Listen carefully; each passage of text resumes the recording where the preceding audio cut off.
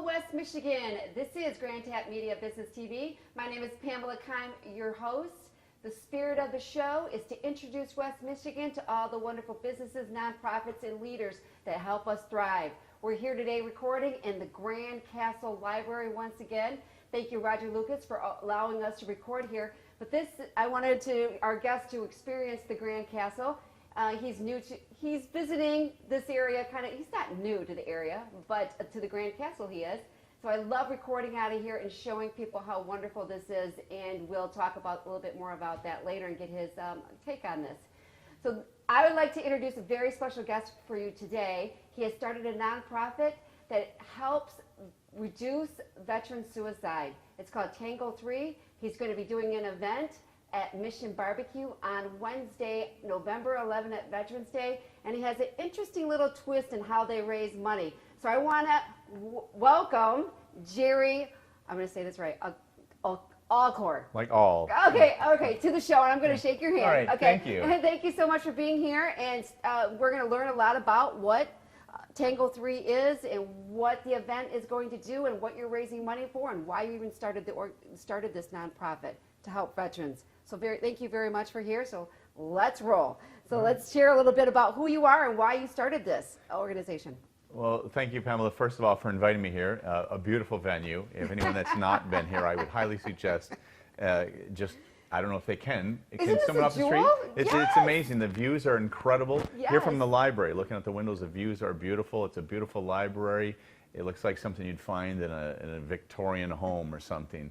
It meets Art Deco slightly, so it's very beautiful. Well, wouldn't you love to, if you live here and you're able to come here on, I would say on a Saturday afternoon, especially now that winter's coming, a Sunday, and have access to all these books and be able just to enjoy the afternoon here? No, it is.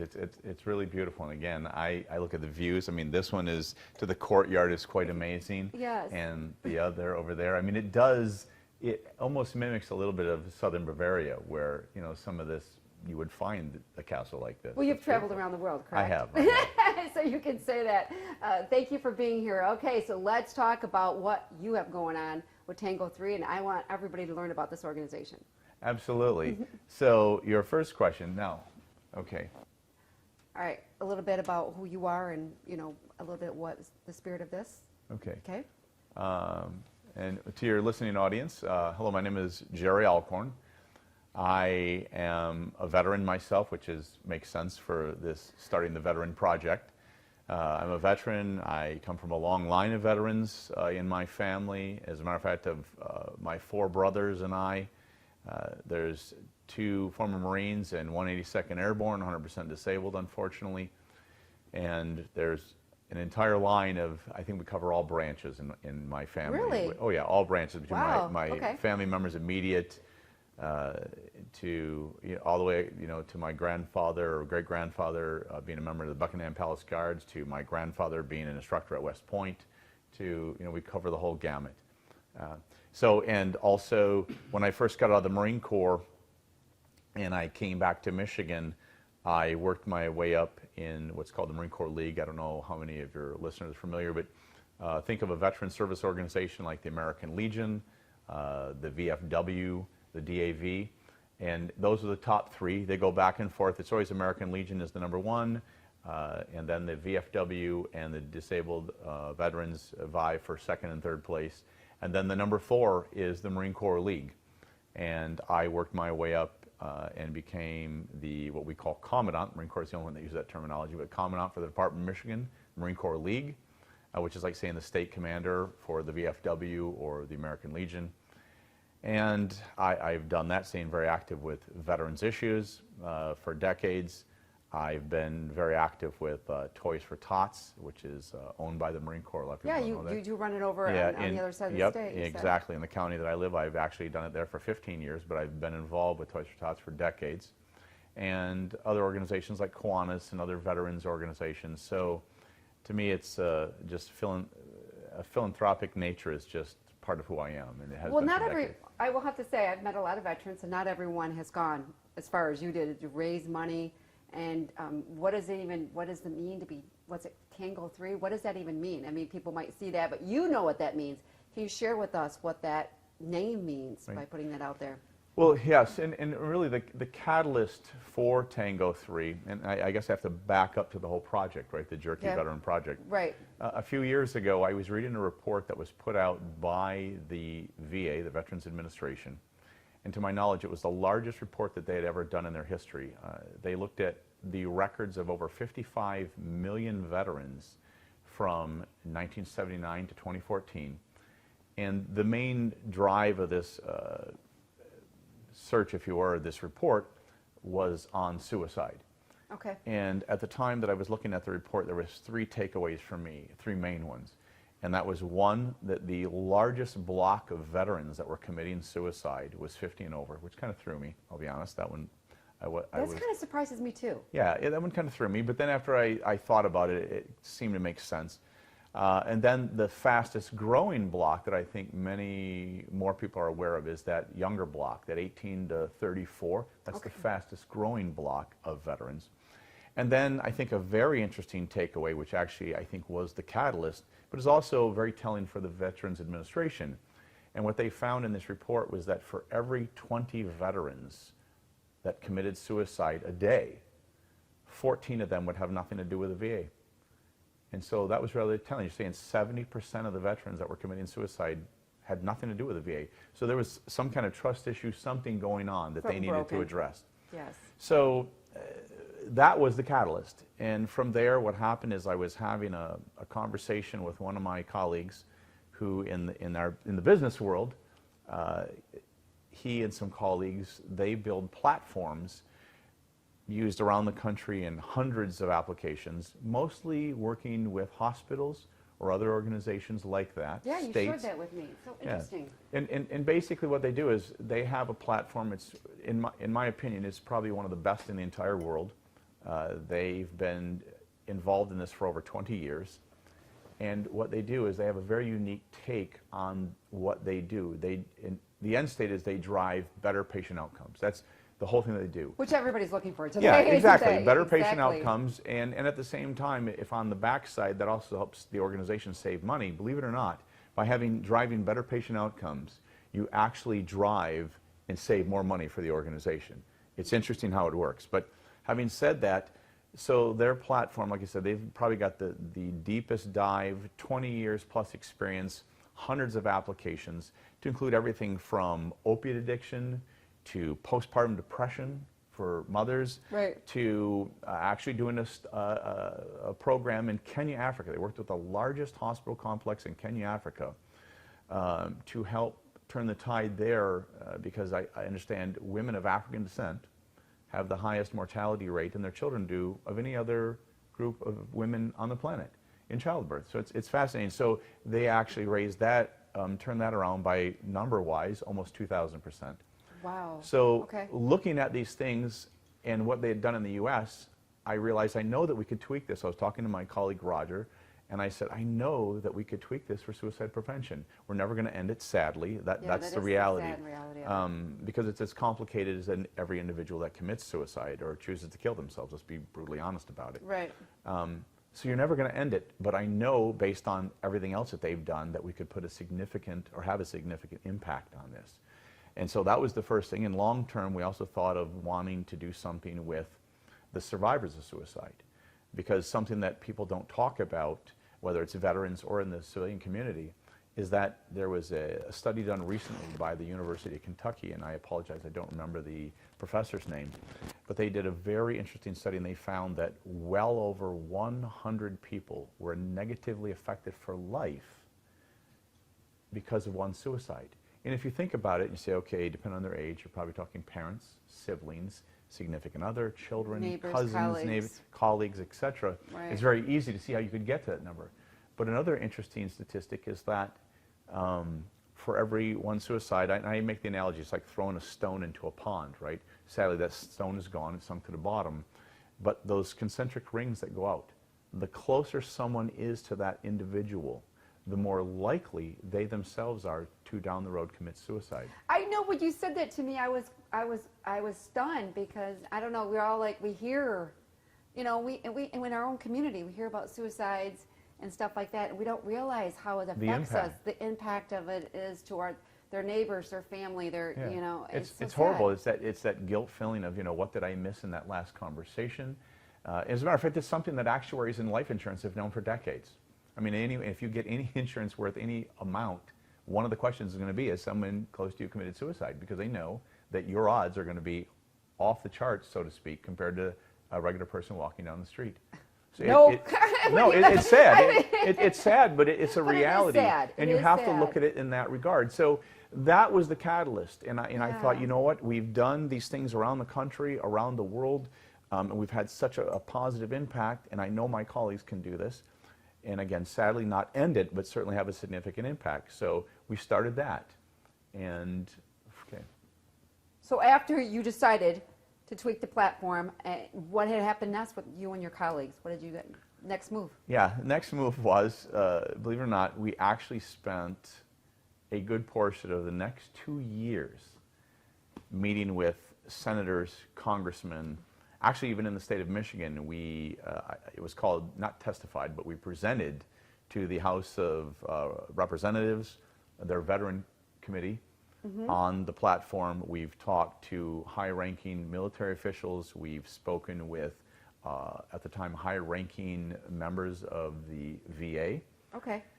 And interesting enough, and here's where, I'll be honest, it was a little frustrating. To the person, every single individual said, wow, this is amazing, when we explained the platform, how it worked, and what we had done in other applications for driving better patient outcomes. As a matter of fact, some people at the VA had said, quite frankly, this is exactly what we have been looking for. But every single conversation ended with, how do we pay for this? Yeah. Okay, which is understandable. Right, well, that's what they but my always ask. point is, my point to them was, okay, so we've got 20 veterans a day at the time committing suicide. Well-known number is 22. There was a high of 22, and then it leveled for a while at 20. And now under COVID, we're up 20% across the board. So it's not just veterans, but civilians as well. The suicide rate is up 20% under COVID. So now we're up to about 24 a day. But my point to them was, okay, for the cost to the military of less than one suicide, and we got 20 veterans a day at the time committing suicide, you're telling me you can't find that money. And so after 2 years, in a bit of frustration, Right. quite frankly, I decided, okay, somehow we're going to raise the money ourselves. And again, because I do a lot of charity work, and my colleagues do as well, I can't rob Peter to pay Paul. Exactly. Right? I can't take money from Toys for Tots to put in this. I can't take it from other veteran things or other programs that we do. So it was like, how do we raise this money? So the answer to that was, just by coincidence, and it's all how it's a small world, and that'll make sense, but I was on the west side of the state over here, Right. actually in Grand Rapids. I was raising money for a military unit, not a veteran unit, but a military unit, actually a military unit that's here stationed outside of, technically it's Walker, but the address is Grand Rapids. Okay. And it's a U.S. Army organization that I'm affiliated with. I won't elaborate on that, but I'm affiliated with. And the end state is, I was there because the government says you have to have, which is understandable, the government says, okay, or the military says, you have to have family days where you have to do something for the spouse and children, but we can't obviously give you taxpayers' money to do that, so you have to raise the money. So I was raising money for this military organization to have a family day. And by chance, I was in a hotel lobby. I think I was reading the paper. And this gentleman walked in, and you just ever get gut checks about people? Yes. So I'm listening to this guy talking. Like you. Yeah, and it wasn't the way he was dressed. It wasn't the way he was talking. It wasn't that at all. But something told me this guy is either like some type of farmer or cattleman or something, like a down-to-earth. Whatever this guy does for a living, it's down-to-earth. Like, he just seems like that kind of a man, like a man's man, down-to-earth. And so, being who I am, I just struck up a conversation with a gentleman. Ends up, his name is Wayne Johnson, and he and his wife, Michelle. He's a fifth-generation cattle rancher out of Missouri, and they champion the Japanese red Wagyu, which is called the Akaushi. Yeah. And they raised those, and we got into this conversation. He was telling me, he says, Gerald, he said, our #1 selling steak sells for $150. Yummy. And I'm like, okay, nice. And he said, our average steak is $65. But he said, but in America, no one goes into a high-end restaurant and orders anything but what they know. So they order the fillets, the New Yorks. They order what they know. He said they don't order anything else. So he said we were making hamburger, very expensive and very good hamburger. And he said we were selling that. We're doing all these things. And he said, and we just recently got the idea to make jerky. And I went, excuse me? And then what it is, because I know that veterans and military people in general, they love jerky. It's something you can throw in your ruck and head to the field. And so we had this conversation, and it was a longer conversation, but the end state is I said, okay. I said, Wayne, I said, would you allow me to, with my colleagues, redesign, repackage, rebrand, everything this jerky? I'll even find a vendor to distribute this, and we will put 100% of the profit from our end into the suicide prevention and other veteran projects if you'll do the same. Because I said, I don't think you need money from jerky. And he said, it was kind of funny, and he paused, he leaned back, and he said, let me talk to the wife, but I think we got a deal. Oh, wow. So fast forward 1 year later, we are in 70 corporate stores here in Michigan. And Spartan stores, right? There's SmartNash, yes, to be clear, SmartNash stores. And to be fair to the others, like I looked at Kroger and Meijer, which are all great stores, Meijer in particular on this side of the state. And the ultimate, there was a couple of factors, but the ultimate answer was I really wanted to get also to the actual active duty members themselves. And because they're active duty now, and ultimately at some point they're going to be veterans. And what I found out in my due diligence was that SmartNash, their sister division, is one of the major players in the military PXs and commissaries. Oh, okay. So that was huge. That was one of the deciding factors. And another very interesting thing, and some of these things in my world are God things. I'm not preaching, but I think that there's little things that happen that tell you you're on the right path or you're doing the right thing. And one of them was several years ago, quite some time ago, I used to own one of the brick and mortars I had in the day, was I had a UPS store. And I happened to be in there on a weekend, and this young gentleman came in, and out of the blue he just says to me, he said, I understand you're the go-to guy for veteran questions. I said, well, what can I help you with? And he said, I've got an idea for a flag. And I said, a flag? And he said, yes. He said, I've got an idea. I said, what kind of a flag? And he said, well, I've got an idea for a Gold Star family flag. He said, because I said, like the pennants, because there's a little pennant that the Gold Star families have, or the Blue Star. Star, Blue Star represents you have a family member in the military, a son or daughter, etc. And the Gold Star represents a family member that was killed in the military. Okay, so that's what the Gold Star. So if you've ever seen one, that's what that is. Thank you for sharing that. Yeah, and he said, I've got an idea for a flag that they can actually fly. So we met several times, showed me design. Ultimately, I sent him on his way with some connections. Long story short is, that flag, you can see it on the back of SmartNash trucks, and at all their headquarters, they fly, and it says remember and honor on that flag, and you can see it's red and white with a gold star. And that came from that conversation of this young man, well more than a decade plus ago. So that was it was like a first little thing to me, like, wow, something's going on. The second thing is, as I said, I'm with that military unit on this side of the state, and I was there the Sunday, and I'd have to do the math on what day it was, but Sunday, October last year, I was there doing some business, and there was a young sergeant behind me, and we just happened to start up one of those very just how are you conversations. How are you? How's the wife and kids? How's that going? Just one of those, and there, exactly, just pleasantries, and there was no negative gut check on my part. I didn't pick up any vibe of anything wrong. It was just a very normal conversation that I might have. No, don't understand that I might have with this gentleman. So then fast forward to Tuesday of that week. So that was Sunday. So 2 days later, Tuesday, I was in my first in-person meeting with the head buyers at SmartNash to do our in-person conversation, talk about the jerky and everything that we wanted to do. And the meeting went well, and I remember saying, hey, this is what you have to do to make this sell, and here's the price point and all of that. And so I left, and it was a good meeting. I left, I went home, and the next morning my phone started blowing up about 7 in the morning, which is not uncommon. I have colleagues all over the world, so it's not uncommon for it to blow up at 7 in the morning. And I looked at it, and the unfortunate reality was that young sergeant who was also a state trooper on this side of the state. And I'm not going to use his name, though his father said that I could. I won't. We have been using his name. But okay. Yes. But there, so it was very sad, horribly sad. I mean, to say it's very sad is understatement. And I think many people have. That was last October. Yes, that was. So that was so a big thing. It was yes, from Ada. Yeah, I live out in exactly. Ada. And it was a very big deal, and it was very sad, and it still is very sad. Yes. Because of parts of our earlier conversation, what the numbers say, that, you know, I mean, how To his close children. you are. They're young yet. Yes, it's horrible. So having said that, that was the second thing.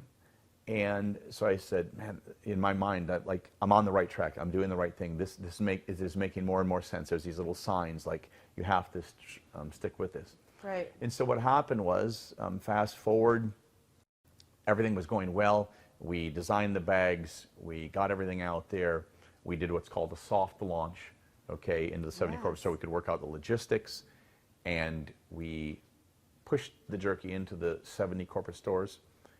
And we did the soft launch, and then we're going to wait a little bit, and then we were going to, in another month, we were going to do the hard launch. And no soon.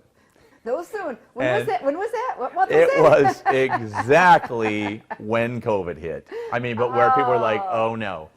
And so it was pretty devastating. At first we thought, okay, this will be over in a month, maybe two. Maybe, Yeah, we thought the same thing. Exactly, everyone did.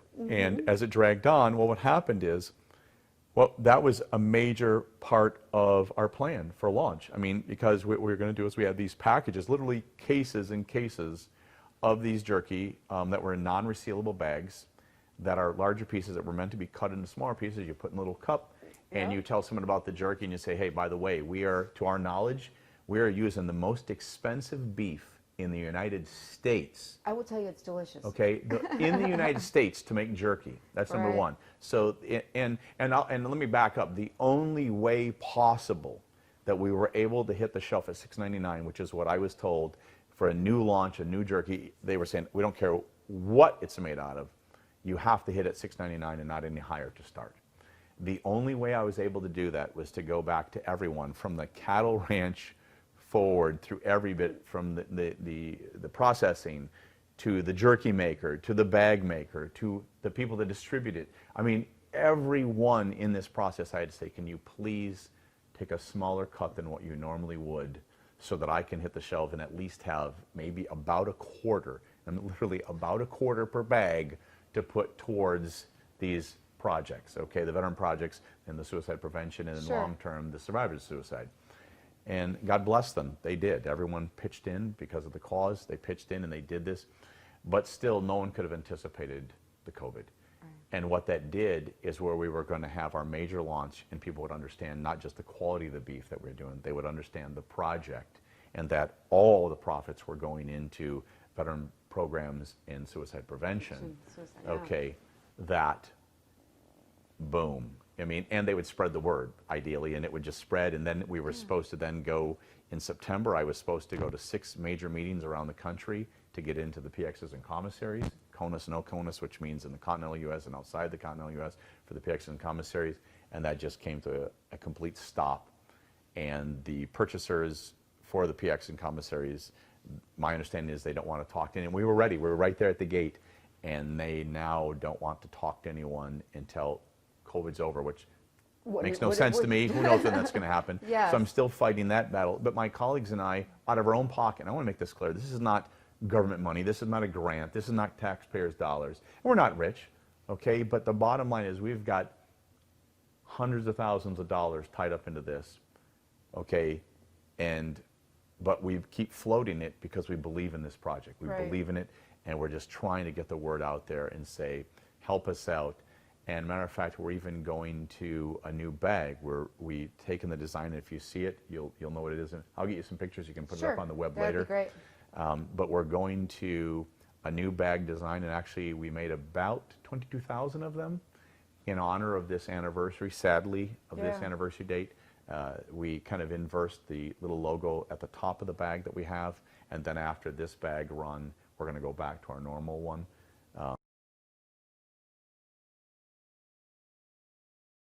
And so this is the ask. To let everyone know, we all understand what COVID has done to everyone. And so here's what I'm asking. For the Veteran Jerky Suicide Prevention Platform, okay, with Tango 3, we have the long bags that are currently in the store, and anyone that donates, and again, I will take, to be clear, I will take any donation, but if someone donates $39.95 or more, we will send them a 5-pack sample of the jerky that's currently in the stores. And if any organization or individuals or a group of individuals donates $500 or more, we will send them a case of 100 bags of the sample bags that were meant to be used during COVID. We were going to take these and cut them into smaller pieces. And they're valued at $500, correct? Exactly. So right. So to be clear, it's if someone donates $500 or more, we'll take any donation, but $500 or more, we will send them a case in the lower 48. We will send them a case of jerky. It's a loss leader, but it's on the honor system that if we do this, they're going to like us on Facebook and spread the word to all their friends and family on Facebook and tell them what we're doing so they can follow and understand that we're trying to raise money for veteran causes, veteran projects, and the suicide prevention platform. Okay, I want to, Jerry, I'm so glad that you were here today to talk about what you're doing and how you're trying to, lower the rate of suicides in veterans.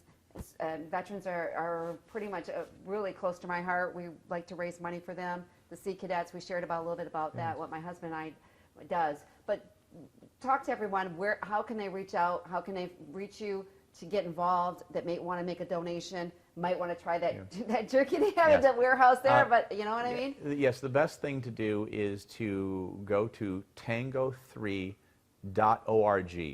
And again, I've put off building the website at the moment just because we got to float this mode, because we're not giving up. But tango3.org, and that will drive you right to our Facebook page. If you would please like us, follow us, and post that to everyone on your Facebook page and ask them to do the same so we can build up that following to go to the PXs and commissaries. The other thing is if somebody wants to, they can go to my personal, which I always said I'd never have Facebook, but I did this for that. My colleague said you need, as the founder, CEO, and president, you need to have your own Facebook and put out good things. So, but you can you can go through my Facebook page, through my instant messenger, and I'd be happy to connect you to Jerry if you have any other questions. But we want as many people as we are able to help donate. Come to on Wednesday, November 11th, to show our support for veterans in law enforcement, which they so much needed today. Police, fire, and the whole first responders, that's what they do, and that's amazing. Yes. And again, I want to thank you. Truly, this is an amazing venue. This is a great event. Do they allow just people to come in and look around to get an idea? You can't with just a tour? get in. Right. You know what it is. It is apartments. People understand that the Grand Castle is an apartment complex, and it has 12 penthouses. They're about 95% full. If you're interested, please reach out to the leasing office. But no, but Aaron, the office would love to give people tours. I would tell them, take the time to do that. Thank you for allowing me to be here today. Thank you for allowing me to guest on your show. This is a beautiful venue. And again, the views are amazing. We're on the 8th floor, I believe. Yes, we are. And the views here are amazing. And it goes even higher. So, but it's beautiful. And again, thank you. But you have to have a secret code. Oh, all right. And I'm not giving that out. Secret handshake. All right. Secret code. All right. I'm not privy. Thank you for being here. I look so forward to being at Mission Barbecue with all of my friends. I've been putting the word out, sending out text in a couple weeks. Correct? Yes, it is. Yes, it is. All right. Thank you for being here, Jerry. Thank you. A pleasure. And thank you so much. And we'll get this out so you can start raising some money for a great cause. Absolutely. Thank you. This is Pamela Keim from Grand Tap Media Business TV, and we will catch you next time. Take care, everyone.